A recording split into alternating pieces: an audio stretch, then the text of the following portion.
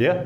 Yeah. Cool, lovely. So, my name is Craig. Firstly, thank you for having me here. It's really nice. I love talking about all this stuff because I've spent too much time of my life researching it when I should have been perhaps studying for, TV industry rather than studying ecology, but it's my passion. I want to start by saying that all of my research into wildlife and ecology and relationships between living things, it all begins with the foundation that God put on Earth and that we messed up as human beings. And it's all about our responsibility of healing the mistakes that we made.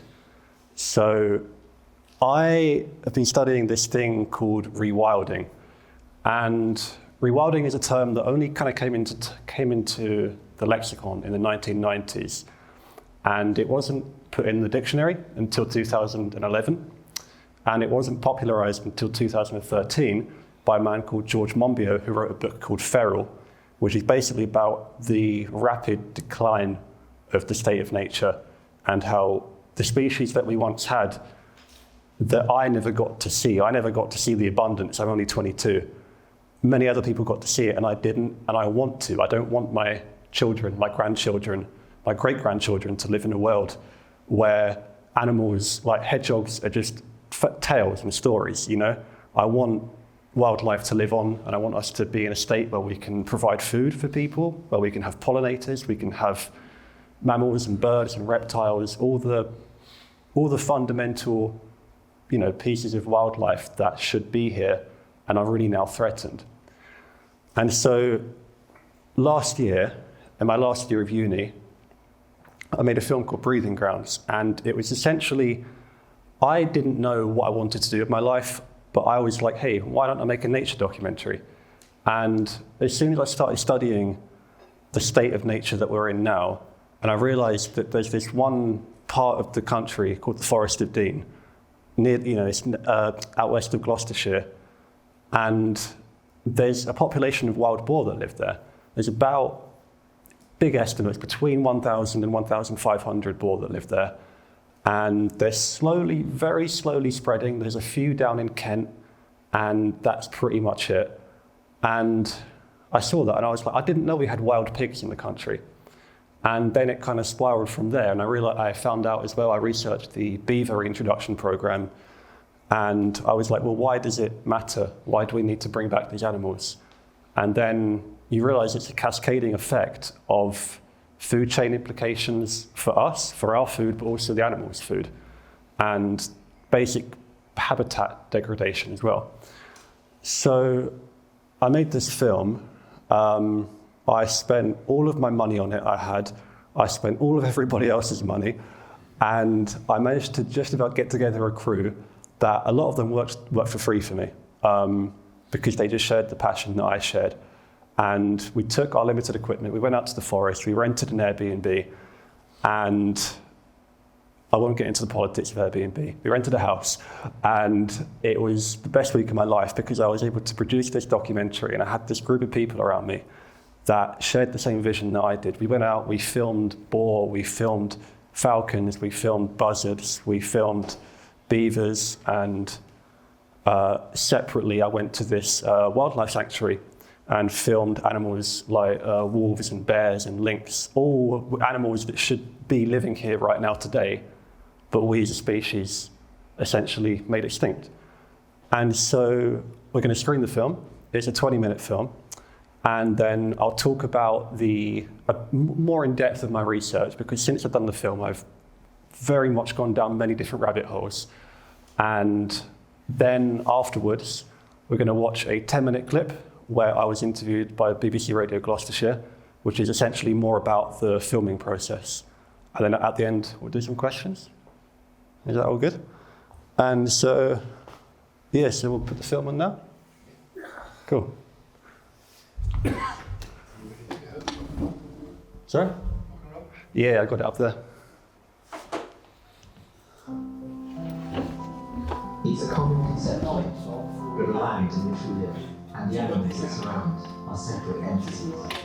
In reality, the earth and all living beings who inhabit it are entirely dependent upon the survival of each other. The essence of kindness, a collective effort.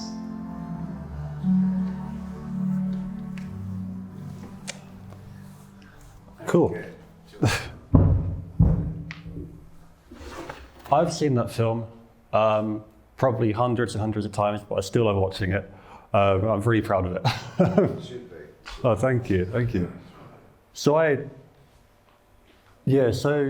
guess I should firstly explain actually like why I'm passionate about all this stuff is because I grew up in East London, right? On the border, thank you. So I grew up on the border of London and Essex in a town called Dagenham. And if you've been to Dagenham, you'll know that it's post-war council estate. It's all grey, it's all concrete. The wildlife there's pigeons, there's foxes, there's a few squirrels, and that's pretty much it. And I didn't travel to, for example, the Forest of Dean until I was like 19. So for those years, my definition of an ecosystem, my definition of wildlife was just these animals, one of which, the grey squirrel, is not even native here and causes a lot of damage, which I'll get into. And so I think it's really important, like, because there's a distinct lack of natural history education, especially in schools for young people. And people don't know, like a couple months ago, I did a talk here with the kids, and I said about how there used to be 2,000 years ago, there were brown bears here. 1,300 years ago, there were Eurasian lynx, and only 300 years ago, there were wolves. And most of these, like the bears, we killed them because we were scared of them. The lynx, we killed them because we were scared they would hurt our agricultural, money flow. And the same thing with the beavers, because it threatened farming and agriculture. And with the wolves, it was simply just fear, the same thing as the bears. And so we've let our fear overcome our love. And that means that so many of the animals that have a fundamental right to live here, they're just gone. And they are coming back in Europe very slowly. Attitudes are changing. If you go to France now, there are quite a few wolves, coming back in France, in Italy, in the Alps. There's a pack of wolves. There's Eurasian lynx, just up west of Geneva, up in the mountains. But I've spoken to people that live, like I went to Geneva, and I went up west into the mountains, and I spoke to people that live amongst the lynx, and most of them who grew up there and lived there their whole lives have never even seen one. And that's how few they are, but also that's how elusive they are. There's never been one recorded incident in the history of humankind of a wild lynx attacking a human, and yet people are still scared of them. And a lot of it comes down to financial incentive, because there's the worry of what if I'm a sheep farmer and a lynx attacks my sheep, which is a very valid thing. But attitudes towards that are changing, and subsidies are kind of coming in. So there's this forest called the Kielder Forest up in Northumberland, and there's a big campaign from the Lynx UK Trust to get lynx back in the area.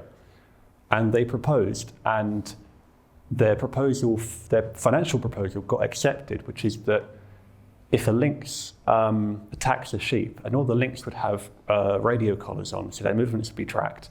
If a farmer has his sheep killed, and he reports the time and date and location of the sheep killing, and that matches up with the geotagging location of the lynx, they will get subsidies, and it will be funded by these charities, but also the government have not been as opposed to it as you'd think they would be. And I see this as a massive step. We didn't have beavers for hundreds of years. As soon as we started really farming up the country in the 16th century, we got rid of beavers because, like I said in the film, they help flood the land and they help bring a water balance, which is really beneficial for everything other than farming. And so we've had bounties put on them. They've been very incredibly unprotected. But recently they gained protection again, and they were released. There was an illegal release into the river Otter in Devon, and the government wanted to take these beavers out of the river and kill them, but the local wildlife campaigners, they campaigned to try and get protection, and they agreed a probation period. And once that probation period was up, and the government realised that not all the trees got torn down. No one's houses got flooded. Not all the fish died. Barely any fish died, because beavers are vegetarian. Once they realised this, they just let them live. And now it's kind of sparked a movement, and beavers seem to be kind of spearheading this rewilding movement. And it wasn't long ago that they got not released into the wild, but in enclosures in London, in Enfield. And very recently, up in the Cairngorms and up in Scotland, actual wild releases, which is fundamentally just like the beginning of rebalancing the ecosystem. And so I think there is work being done. People, like there's this man called Derek Gow who wrote a book called Bringing Back the Beaver, which is one of my favorite books. It's absolutely amazing. It's all about his efforts in translocating beavers from Bavaria in the German territory over to here. And he did so much for the movement. And because of that, people are starting to actually, for example, when I was before I even opened this can of worms, I didn't think about the fact that beavers were native to here, because you have American beavers, which is all that ever gets talked about. And over in America, they're a nuisance because there are loads of them. And they've gotten rid of their predators. They're slowly bringing back their predators, but we are behind them. And so we have a very different ecosystem balance to over in the US. And I see there's two sides of the coin. There's the predator reintroduction to help things, for example, the overpopulation of deer, because there are more deer in the UK than there have been ever. Since the last ice age, which ended 9,000 years ago, there are more deer today than there ever have been since then. And that means that potentially places, well, specifically up in Scotland, there's massive deforestation by the deer because young saplings grow and the deer will eat them for food, understandably, but there are far too many deer. So what do? We employ people to shoot them, to cull them. And sometimes that venison meat gets eaten, goes to restaurants, it gets sold at a premium, which is arguably more ethical than shooting and leaving them. But it's not terribly efficient all the time. And it requires ammunition, it requires wages, it requires pollution in terms of car driving, in terms of production, manufacturing. And also it makes the general public think that that's kind of what we do. If there's too much of one animal, we just shoot the animal. But the reality, which there's this one man in Scotland who owns a massive estate, the reality of what some people are trying to do is bring back these native predators like the wolves and the lynx to help control these populations. And the Eurasian lynx, their primary food source is the roe deer, which is the one deer which we have massive overpopulation problems in the UK. And if you have a forest of roe deer, like for example in Romania, they brought back lynx, and Romania in the Transylvania area has an immense amount of lynx, but yet nobody's been hurt, nobody's been touched by them, and they are controlling the deer population without the need to spend hundreds and hundreds of thousands of pounds or euros. And it is time consuming to help try and restore the balance.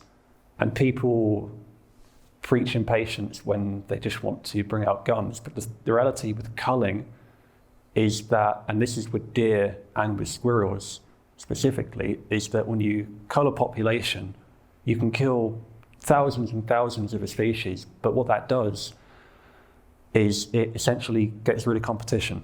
So if you have a select population of deer and you shoot 10% of them, that means that all that food and territory is now available to the new young deer being born, of the survivors, which means that they have more children, their children live longer, and it essentially does absolutely nothing other than cost time and money and moral ambiguity. I think when I did this film, I did research about the ecological impacts of the boar, because they can really help stop flooding and drought. They can really help bring back amphibians. They can help insect populations, which I'm really passionate about the the hedgehog stability problem, because we lose between 3 and 4% of our hedgehogs every year, which is so much, 4% every year. And the main problem with losing with these small mammals, the reason that they're going, is because of the unavailability of food, also poisons that get put out. Because when you put out a poison, which I understand sometimes is necessary, especially commercially, but it always goes through the food chain. And if you poison ants or rats or anything really, it will go through animals like hedgehogs. But the food problem is that we have so few insects. Like, I'm a young person, right? But I remember like being a little kid and driving in my granddad's sidecar and having the bugs splatter on the windscreen, and it was so many. And now it's not the same anymore. It's just not the same. And a lot of people will be like, yeah, cool, less insect, less bugs, that's great for me, more tidy. But the reality is that animals need to eat them. And if we bring back ecosystem engineers like the wild boar, we can help create these habitats without having to pay for them, without having to waste our resources on them. So we can use our resources on human efforts, on housing, on feeding the poor, trying to combat things like homelessness, without needing to spend money on habitat restoration, and we let the animals do it for us. And that's kind of the ethos of rewilding, because there's long been an ethical program of habitat restoration, which is where we have an area that doesn't look how it should, and we do everything ourselves. We use our efforts and our money and our manpower, and we build these habitats, and in order to restore species. But that's the kind of David Attenborough approach, and it does have its merits. It does. But the reality, and even Attenborough has said recently that he failed. He took an approach that seemed like the right thing, and it was the right thing, but there are many right things. And what we need to do now is use the abilities that God gave us, to use brain power, to use our hands, to move things and breed animals, and try and restore a state of nature which was there before we were here. We have been, our modern human species, Homo sapiens, we've been here about 300,000 years, and possibly longer, but that's the oldest remains that's been found. And the oldest remains that have been found of wild boar are 700,000 years ago. So they are at least twice as old as us. But the thing is with the wild boar is we killed them off by about the 14th century. So when the Normans arrived in 1066, when kind of England started kicking into gear, there was the establishment of the forests, and forests aren't woodlands. Forests are traditionally designated hunting grounds and privatized royal hunting grounds. So take like the Forest of Dean. The only reason it's there is because people like King Henry VIII used it to hunt deer and boar. Epping Forest, for example, is another big one for deer. And what happened is these were private. They bred these things. They bred the boar and the deer and pheasants, which are not native. And then in 1215, there was a document signed called the Magna Carta. And then a few decades later, something called the Charter of the Forest. And these two documents, they took some of the power away from the monarchy in terms of control of the land. And they allowed commoners to have their herds in the forest and to take produce of the forest. So things like honey from beehives, things like the ability to have your flock in the forest. And what that did is it gave power back to the people, but because the land had already been so degraded and so concentrated, within a few decades, all the people came into these forests and we hunted all of the boar for food because people were very poor and needed food. But it was so concentrated and so unstable that they were then rendered extinct in the 1300s. It only took less than 100 years of opening the forests for the boar to go. And then over the next few hundred years, There were monarchy reinterventions, so Edward II, Henry III, Henry VIII, Charles I. A lot of people tried to bring wild boar back in. They put them in private estates, some of them put them in forests, but almost immediately, every reintroduction, people hunted and ate them.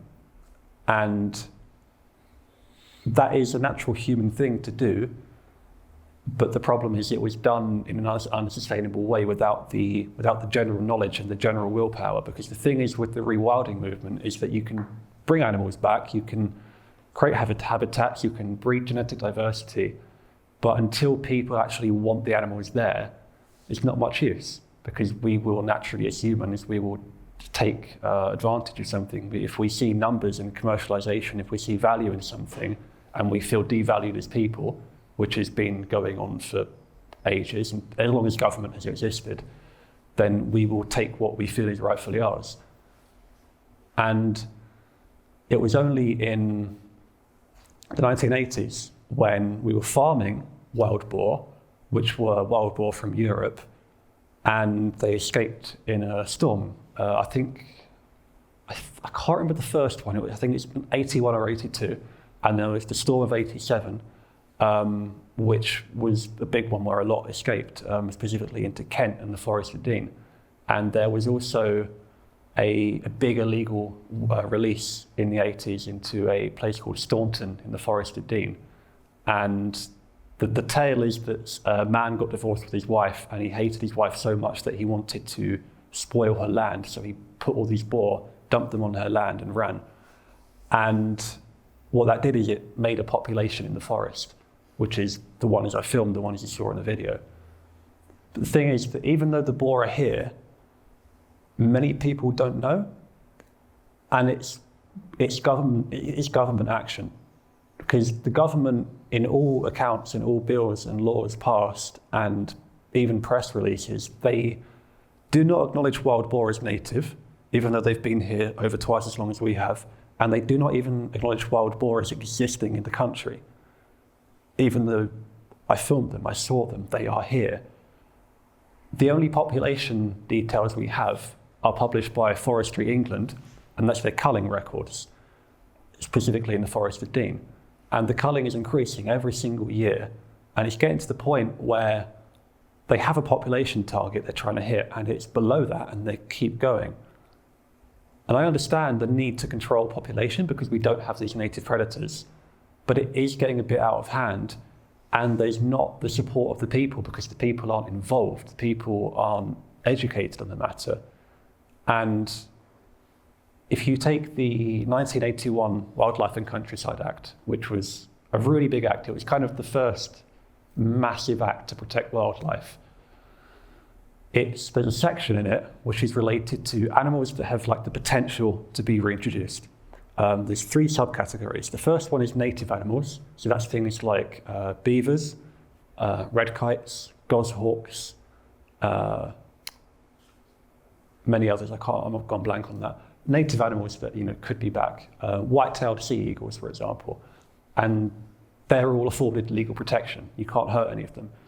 The other category is non-natives, which have no protection. So that's things like squirrels and pheasants and parakeets. And the third category is it's titled Animals Who Are No Longer Normally Present. And the only single species in this category is Susgrowth of the wild boar, which kind of puts them in a limbo of the government not admitting they're native and not admitting they're non-native and putting them in this category of their own. And I went through the act and I read this, and I got so angry with it that I made a whole other separate documentary about the entire history of wild boar. And that kind of led me to then do a documentary in the history of wild squirrels. And I have a YouTube channel, it's called Wild Cam Craig, and they're on there if you want to watch them. They're a bit more low budget than those, but they're a lot more heavily researched and cited. And so I just see I see governments turning a blind eye to this kind of thing. And I think that historically the only way that these kind of things can change is through mass education and mass involvement. And I don't know the correct way to do it, because for example, someone as great and powerful as David Attenborough, who's done so much for the world, even he didn't know how to do it properly. He still doesn't know how to do it. And the best thing that I can do is like make films like this and try and learn and research and read as much as I can. And it's something that I genuinely think should be like taught more. The thing with the squirrels is how many of you have seen a red squirrel in the UK? Isle of Wight. Isle of Wight, yeah. Where did you guys see them? Was it? Where? I'm just wondering, like, where? Out cycling on the cycle path and all we tried, but we would manage to see 2 or 3 in a year. Very timid. So I never saw a red squirrel until I went to France, right? And that was about 2 years ago. And like I said before, like I grew up in East London, where the main kind of wildlife apart from foxes was grey squirrels. And of course, because nobody really kind of spoke about it, it's just what's accepted. In my head, as a child, grey squirrels were native animals, which is so far from the truth. Red squirrels are a native European species. All of our plants and animals have adapted towards that.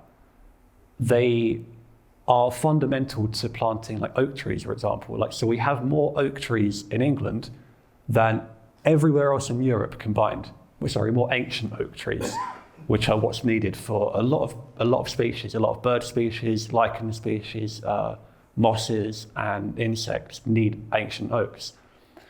And the red squirrels, they support this, they help this. Grey squirrels do kind of a few bad things. One of them is a thing called ring barking, where they strip the bark of trees that we need for sap. And the other things they do, they carry something called squirrel pox, which grey squirrels are completely immune to. But to red squirrels, if they get squirrel pox, they die a horrible, horrible, painful death. And it spreads rampantly throughout. And it's slowly moving north. There's populations of red squirrels in Scotland. Some of them native, some of them reintroduced. But recently, in the past few months, it was reported that the squirrel pox virus has reached Scotland. And this has only happened in the past few years. And the solution that we give to this, the practice that we do, is we do culling of grey squirrels. And the thing is about squirrels is that they are quick, they're cunning, they can get away really easily, and they're small. It's not the same as culling deer. And it does, to a certain extent, it does work. A lot of people practice it. A lot of people are incredibly passionate about it. I've spoken to a lot of people, a lot of pest control people, a lot of red squirrel conservationists who, rather than saving red squirrels, are trying to get rid of the greys to help save the reds.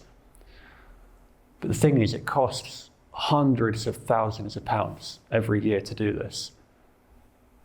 And animals that naturally filled the ecological niche of pest control are gone. So a man called James Aldred, who he was like a wildlife cameraman, he studied and filmed goshawks.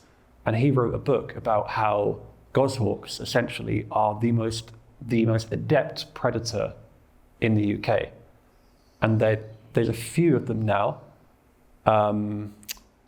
in the New Forest is mainly where they are. And they're very slowly growing. But the thing is with goshawks is that they are better at hunting than any bird of prey. And the things they love to hunt is grey squirrels.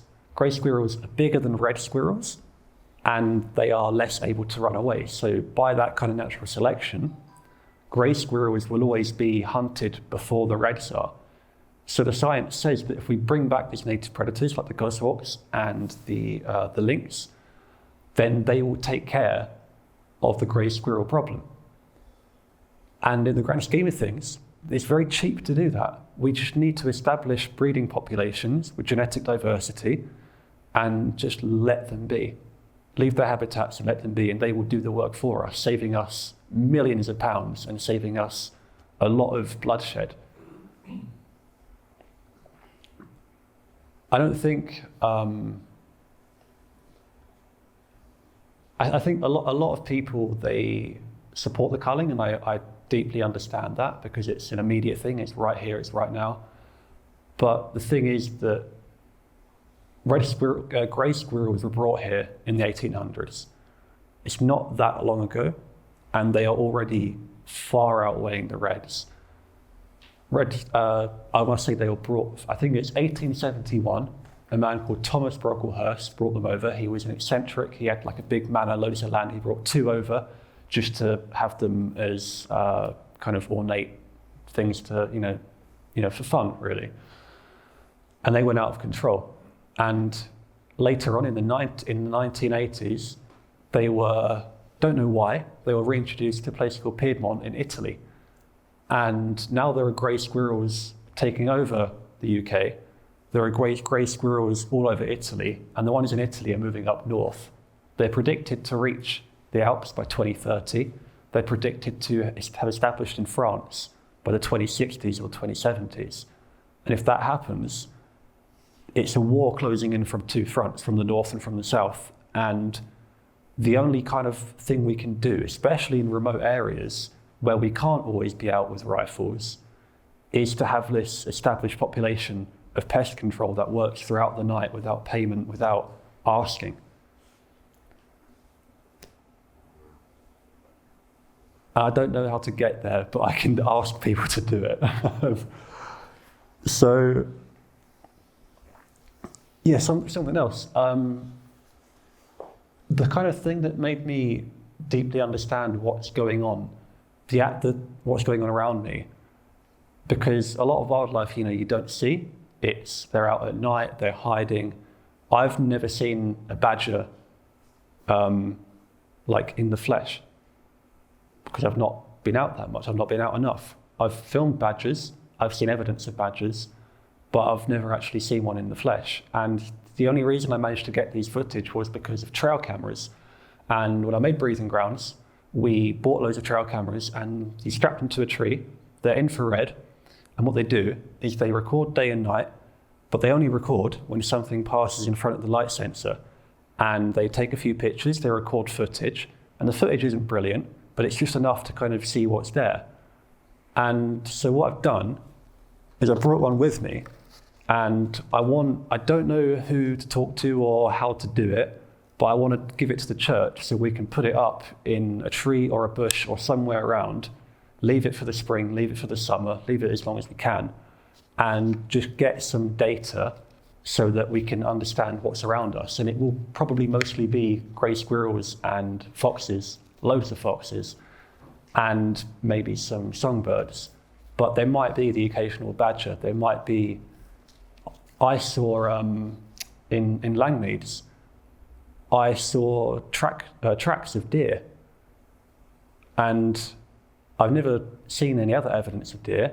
And I tried to get footage of deer on this camera, but I couldn't. But I saw the tracks, so I know that they were there at some point. Lived in Clapham Village, just up the road, and we saw deer in the woods. Oh, is that up north? The north way? No, just the other side of Angmering.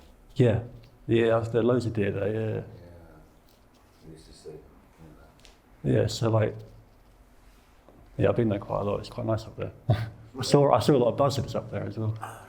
But yeah, so I'm gonna leave instructions on how to use this. Can I leave it with you, Bill? Yeah, Or? right, so questions for Craig? Questions? Or just comments in general? Yeah, it seems to me from what you were saying and what you hear on, wildlife programs on television and so on, that it's a question of balance between the different species. You were saying, like in Scotland, the deer there's too many. Other things. So, how do you decide what should be effort should be put into preserving that species, and what you decide isn't That is- necessary? That's a very good question. That's basically the question that people in this industry are just arguing over constantly. So it's like, so there is the argument of species preservation, of like, you know, do you go in and do you shoot this many, do you save this many? But the argument kind of for rewilding is that that's kind of already been tried. We've tried to calculate things specifically, and we've tried to manage populations. We've tried to get the numbers that we want. The thing that's kind of coming out now is the whole, like, you know, rewilding movement, is that people want to admit that we can't do that and drop the ego and say that God created a natural balance. And if we can kind of put the amount of animals, or specifically the species of animals, as close to that natural balance as we can, then it would take care of itself. So it's like, we don't get to decide how many deer there are. We put the wolves in, and the wolves get to decide. You know? So it's like, it's a question of philosophy, isn't it, really? Because it's, at that point, it's not much of a science, because we can't possibly understand. Would you say there's too many human beings? I would, yeah. What would you do about it? Somehow you could do something about that. What? Yeah. That's a bit of culling, yeah. I don't do in Petworth Park. Sorry? Petworth Park, a National Trust house north of here, I've got the resident herd of deer, and every year there's a cull. Yeah. And they take out the weak ones and the old-fashioned ones. Perhaps we should do that with humans as well. Oh, it's contentious. Bit like Star Wars. I mean, it's like, it'd be a good idea, but then who do you go for? Because like, I remember I read this in that George Monbiot book called Feral. He said that before we started doing this mass agriculture and farming every bit of land we can, the natural density of humans worked out on average that each person would have a space of 40 square miles. And so that's the natural amount of humans we should be able to support, one for every 40 square miles. 40. 40, yeah. Massive. What about for family? You know, if you have, say, 7 in your family, then would that be, you know, then you'd have a sort of area, but then people live in villages, don't they? So being a social. Well, I think it was the idea that like it's not physically you have to be 40 miles apart from your mum and dad, but it's kind of a thing that like there were, you know, like the kind of the idea of the city, you know, it's like that's kind of the problem. It's Yeah, like but, this. But Britain is what, 93,000 square miles, isn't it, roughly? I don't know. So, well, but 40 miles per person doesn't. It's not a lot, is it? Not a lot. Is Yeah, it? but it's the idea that that's how much the land can naturally support, and you're right, it's crazy. It's such a dichotomy, and it's like, what can we do other than just try to put back this species variation? You know, because it's like, I think the argument is that the loss of biodiversity, as in the amount of different living things, is more important than the amount of the living things. You know, so like, rather than focusing on the specific number of each thing we've got, we just focus on how many different things we've got. Yeah. You don't think it's natural that species sort of come and go? I mean, presumably you wouldn't bring back the dinosaurs, Yeah. Oh, yeah. or would you? Oh, not up to me, is it? No, I wouldn't. So, I mean, species do become extinct. That's Yeah. the natural order of things, isn't it? Well, that's. So why do we get so excited if we think tigers are going to become extinct, for instance? I mean, I've definitely got into that line of thinking before, especially specifically in terms of the squirrels, because a lot of people there are like some benefits to red squirrels. They help a bit, but they don't do loads. They're not lifesavers. It's just that the grey squirrels do a lot more damage. And Like I've spoken to conservationists and I've really upset them because I've said, well, if the red squirrels go, surely that's natural selection. If the greys are more powerful, then surely that's what is bound to happen anyway. And who are we to say against it? But then it's the idea that the greys wouldn't have made it to hit over here if we hadn't brought them over by hand. And so it's like, where do you draw the line of natural selection? It's complicated, you know. When that's natural selection, isn't it? But without human intervention. Yeah. That is the key. That's where it all works well. When you get human intervention, it's kind of like. When and why were grey squirrels introduced? How, what, why, where, when? It was, I think it was, I don't know the specific year, it was in the late 1800s. So they were like, in America, they've been there for, I think, about 10,000 years or so. And it was literally this one bloke called Thomas Brocklehurst. And he was a rich man, he had loads of money, loads of land. And it was just something different, you know? It was like, the parakeets. Yeah. The one parrot we have in the UK, they cause so much damage to our songbirds. And they were brought over because people like them as exotic pets. It's the kind of exotic pet thing. We like what we're not meant to have. And yeah, that was only like at the end of the 1800s. And it's been like, it's been 150 years or so. And they've spread like that. And it's quite scary. Badgers and TB culling, what's your sort of take on that? My take on that is it's something. Okay, not necessarily your personal take. Yeah. I don't really know a lot about it. I know various people are objecting. Yeah. It's very, very overblown.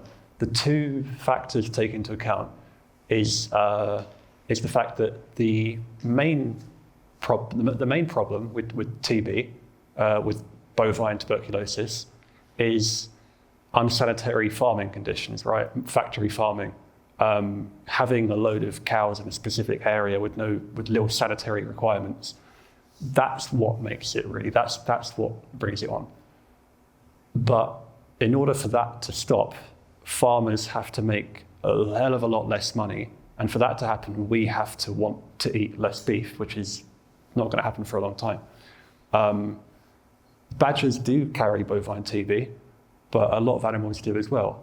And something I have read about is that with badger culling, when badgers are shot in the wild, if they have bovine TB, it's in their blood, and you shoot a badger, its blood will get everywhere. It will get on the hands of the marksman, it will get on the vehicle, it will get on the tires, it will be driven around, it will be in the soil.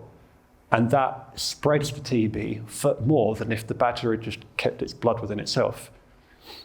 And so even blood on the ground could spread TB? Yeah. If it's not a silly question, how long after that blood dissipates does the TB naturally break down? I don't know that specifically, okay. But I just know that it's like it's not like black and white like that. It's the same thing with the culling of the squirrels. You shoot a squirrel and the disease goes everywhere because you've blown up a squirrel, you know. And also the thing with badgers as well is that badgers don't like to live in cow pastures. They like to live up in high woodlands, up on chalk-capped hills, up on dry hilltops. And it's the same thing with the lynx. Lynx don't like to live where sheep are farmed. They like to be hidden in the forest. And there's very little kind of research done on animal behaviours, which needs to be more looked into because the animal's behaviour dictates where it goes and what it does. You know, so I think I understand the need to the panic because it's either radically change the farming industry or try something that has very little research, even though it's kind of been proven that badgers aren't really a big problem with bovine TB. It still happens, and it does upset me because they're one of our few native predators that are still around. I do just want to say as well, I've put a couple of sheets of paper down there. I've got the YouTube, and I've got contact details, got a phone number and Gmail. So if you got any, like, you know, literally if you see a badger or if you want to talk about anything or watch films or something, I'm very contactable. Anything else? Any ideas, questions, notes? Just a little. Sorry. Sorry. Send me an email of those, and I'll send it. Yeah, sure. Yeah. Yeah. Just a little anecdote. The Isle of Wight has almost adopted the red squirrel as its national emblem as such. And a number of years ago, there was a huge furore because somebody was making threats on social media to introduce the grey squirrel to the island. That's the one thing that united the entire population of the Isle of Wight. They were outraged, about searching the ferries as this. Oh yeah, I've heard about that. Yeah, they. It didn't half unite the population Yeah. in their love of the red squirrel. Yeah. Are there red squirrels in the Lake District? I think there are some. Yeah. Yeah, because I think Yeah, yeah. when did you last see a red squirrel? I think I saw a red squirrel in the Yeah. Lake District. It was 76 or 77 or 78, something like that, when I was on some school trip or Yeah. something up there, or scout camp. Jealous of that. It's Beatrix Potter area, isn't Yeah. it? Yeah, I suppose so, And yeah. that's, where a lot of the stories of That's true. I've got 3 grey squirrels at the bottom of my garden. They live in a tree. And every time they dig a hole in my lawn, I wished I had a rifle. But then my wife says, "Oh, aren't they sweet?" Yeah. Each year you get the babies, and they're quite cute. And then they get up to this very, very tall tree, and that's the last you see of them. So it's an extraordinary way of life. But they're everywhere around here, like foxes. Yeah. My daughter lives in London, at Crystal Palace, and she comes home at night, and there on the front door, in front of her front door, is a fox sitting there and daring her to move it so she can get in the front door. This is common. We were up in London last week, parakeets all over the place, the noise, incredible. I think it's so unnatural in the sense that parakeets shouldn't be in the centre of London. Well, they were skitty, weren't they? Yeah, they were, yeah, but as you say, they've spread so much. And you mentioned earlier about communication, and that's so important. These ideas, I've learned a lot tonight, I have to say. But that's the problem in a sense, that the wider population either aren't interested or haven't been educated, and it does start in schools, you're right, to what the issues really are. And so they have their opinions built on ignorance. As so many other things in life at the moment, things are happening all over the place, we don't really understand them. And I think one of your tasks, somehow, I don't know how you do it, is to project the ideas so people can consider them and then make up their own minds. Yeah. And that's the whole. I really appreciate that. Thank you.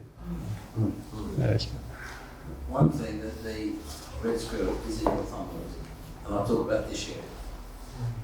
So my brother's in the wilds and he sees them there. Oh, cool. I ought to go up north more. Sorry? I ought to go up north more. Schuler Forest. I've seen them there. It has been about 5-10 years since, but I have seen a place called Clumber Park, for example. Cautious. Sort of work they're doing at the Knepp Estate. Just again. Could you repeat? I'm sorry, I'm hard of hearing. Yeah. They've turned the whole castle estate. They're rewilding over the past 5 or 10 years, I think. They've got heron and deer, and I think they've got some Storks. peaks, Yeah. but I'm not sure. Yeah, Knepp is an interesting one because it's they've got a very good marketing team. I'm sure they have. yeah. It is rewilding in a sense because they're getting kind of varieties of cattle and allowing them to engineer the land. But at its core, and I'll probably be critiqued for saying this, it is a glorified farm because although they do good things, they have some good. Like for example, they have like white storks breeding there, which there are like less than 100 of in the UK, less than 50 of really. But at their core, they are a farming business. All the animals that roam, they do slaughter and sell them for a lot of money. But yeah, I've been there. It's a lovely place, and it's not that far. You can get. I got a bus there from Worthing, and it's really nice. So what's this Met, did you say?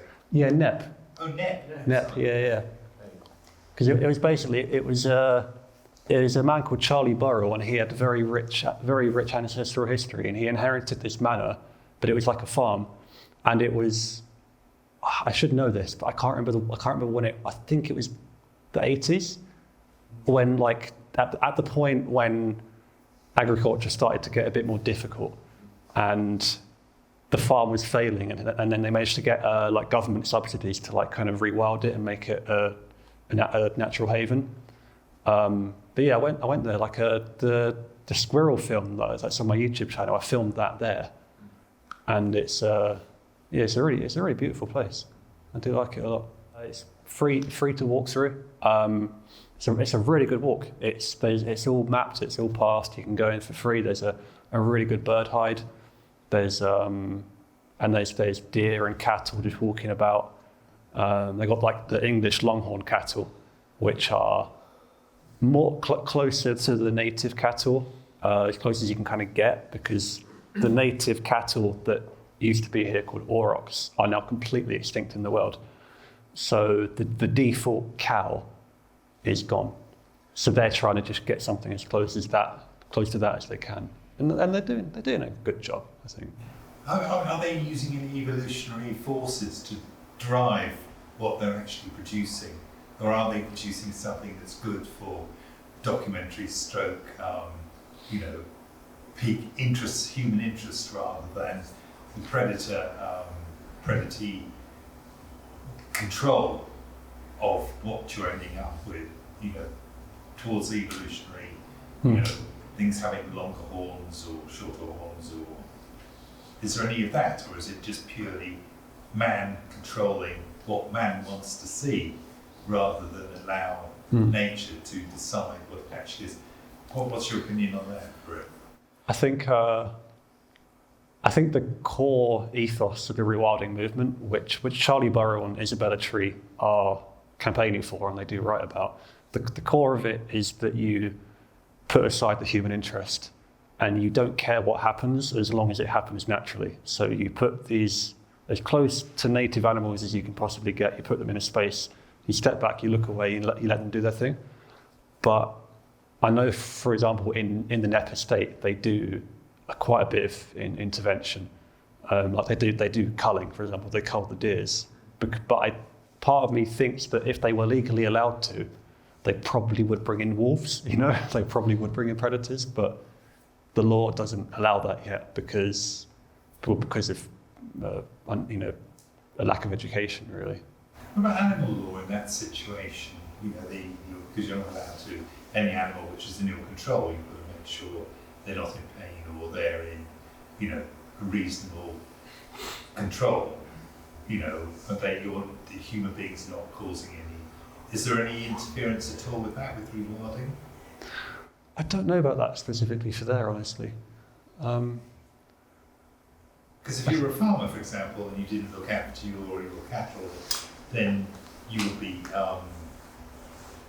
you could be taken to court. So by rewilding all these prime mammals and just letting them out there to maybe be predated or what have you, is there any situation at all there, or should there be? The Wild Mammals Protection Act says that you can't torture an animal, right? You can't intentionally inflict pain, and that's for like any animal. But if that animal is in pain for a natural reason, and also as an accident, so if you hit a deer or a cow with your car, there's no legal requirement to make sure it's not in pain. Should there be? I don't know really. That's up to the individual's ethics, isn't it? But I know for sure with Knepp, if an animal was in pain, in distress, or in an ugly way, if it was like deformed or bleeding out or something, they would probably execute it and dispose of it, but not because they want to, but because in terms of public interest. because I think there's a lot of people are like really scared to see an animal like a carcass, you know, because they see that as unnatural and unsanitary, but really it's like completely necessary. So there's that dichotomy of like, I know for example like Knepp, they want to do a natural rewilding, but they are limited by the fact they have to put up fences and boundaries. They have to ensure that what they're doing doesn't spread outwards. And that's it's the kind of thing, it all comes down to government, doesn't it? Of what the government will allow and all that. Well, I was just thinking, I mean, the thing that stops populations from expanding is sort of age, disease, predation, all these kind of different things. But if you're not actually doing that correctly in rewilding, then in effect you're putting on what your human society says that it should be. So you've lost the chance of rewilding. What you're doing is saying, well, it's sort of like this. You know, it's like the zoo. It maybe is sort of like that. Maybe in the pampas, you know, you're just showing it to people. So it's probably better to even try to do it than to not try to do it. But in the same way, is it going to have long-term benefits in that situation? No, I totally know what you mean. I think in the reality of what we're doing right now, so like Knepp, for example, is it's more of a long-term media campaign. I think they know that like because what they're doing in terms of their like habitat management and the habitat management at the hands of the animals they're keeping, they know that it won't spread, but it's kind of a sense of it's like trial projects. So like in the film, you know, they said like they released 2 beavers into the Forest of Dean, and the beavers are enclosed in fences. They can't get out. They're not getting out. But it's the idea that like we've never kind of given it a chance before, and it's more of a sense of like if we can normalize it, if we can normalize something as simple as leaving animals to do their thing, which is so ridiculous that we have to try to normalize that, then it can create a shift in attitudes. And then if people look at something like Knepp and they're like, oh cool, they're just leaving animals to do their thing, then that creates a mindset of the general public, which will in the longer term put more pressure on governments to allow that to happen. I think it's the kind of thing. But because I wouldn't say that Knepp are rewilding, because legally you can't yet, unless you own a whole country. It's the kind of thing. Yeah. Do you feel hope coming from it? Do you feel that we're making sort of baby steps towards achieving something that's a little bit more stable as regards a species, natural environment, what have you? I think I definitely feel hope with it, because it's an attitude. It's an attitude change really, which is what's needed more right now. Because there is actual real rewilding going on as well. There's like the white-tailed sea eagles that got reintroduced to the Isle of Wight, and the Hebrides, and up in the Scottish Isles and all that. There are the largest birds of prey, sea eagles that fly all around there, and that was a localized thing. It's like on the Isle of Wight, they had sea eagles there, and it's an attempt at rewilding, but it's in an enclosed area. But what happened is that over the past year or so, the eagles have flown over to the mainland, and the eagles have been seen in Hampshire. And that is rewilding, you know, that's a success. And if we can do that, for one thing, it's easier because they can fly, you know, and you can't really fence them in. But I think that's a positive thing that's happened. It's undeniably positive. And even the thing about the enclosed beavers, like the beavers in Enfield are enclosed, the beavers in the Forest of Dean are enclosed, all these animals are enclosed. But it's almost an experimental thing to try and prove that nothing terrible is going to happen.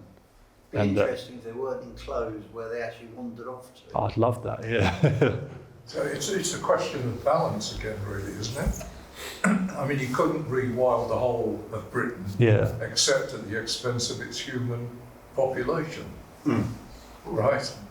So, but because you can't rewild the whole of Britain, doesn't mean to say that you shouldn't redress the balance, because it seems to me the balance against wild species has gone too far against them. So the balance should be brought back, but not to the extent that you would rewild the whole country and exterminate most of the human population. Yeah, It's just a question of getting the balance right, and it's pretty clear from what you've said today that the balance has gone too far against wildlife. I think as well, it's also important to think about the fact that it doesn't have to be binary. It doesn't have to be black and white. So for example, a lot of us are fine with like small animals being around because we can avoid them, they can avoid us. But if there was a wild boar walking down the road, we would be afraid because it wouldn't integrate into society. But that's kind of just because we're not used to it. And it's the kind of thing with the lynx, which is that a lynx is a big predatory cat. They're not as big as lions and tigers, but they're bigger than a household cat. And they are scary looking. People are terrified of them. But the reality is that there are places in Europe where these apex predators live right next to people's houses, and it's totally fine. I mean, you spoke about like the foxes in London. No one is getting attacked by foxes. No, I mean maybe like I can't say for sure, but there's not loads of pets going missing because of the foxes. I think we can slowly try and reintegrate in terms of not having to put everything really far away, because it's just kind of fear. We're scared of things because we've not seen them around before. But that's going to take a long time. That's going to take like hundreds of years. Yeah. Right, okay, it's 9:15. Thank you very much. Oh, thank you. So,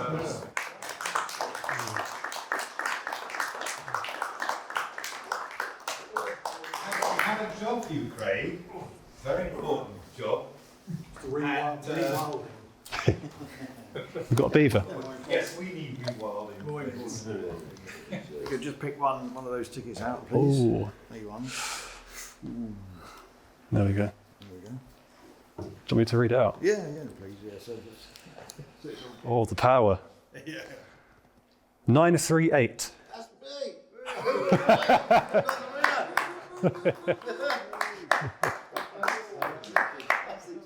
Oh.